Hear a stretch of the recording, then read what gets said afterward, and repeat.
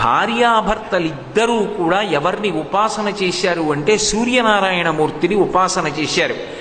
ఒకరికి గురువుగారు వచ్చి మంత్రోపదేశం చేసిన తరువాత త్రిరాచమ్య శుచిర్భూత్వా ధనురాదాయ వీర్యవాన్, ఆయన 3 మాటలు జపం చేశాడు రామచంద్రమూర్తి ఆదిత్య హృదయాన్ని. సీతమ్మ అలా కాదు, మండలాకారంగా తిరిగేటటువంటి సూర్యబింబాన్ని మనసులో పెట్టుకొని ఆ బింబమునందే మనసు నిలబెట్టి ఉపాసన చేయడం ప్రారంభం చేసింది. ఆ తల్లి మొదటి ఉపాసన ప్రారంభం చేసింది.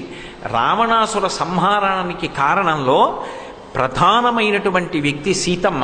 అందుకే వాల్మీకి మహర్షి రామాయణానికి సీతాయాస్ చరితం మహత్ అని పేరు పెట్టుకున్నారు. ఆ తల్లి మొదట సూర్యోపాసన ప్రారంభం చేసింది.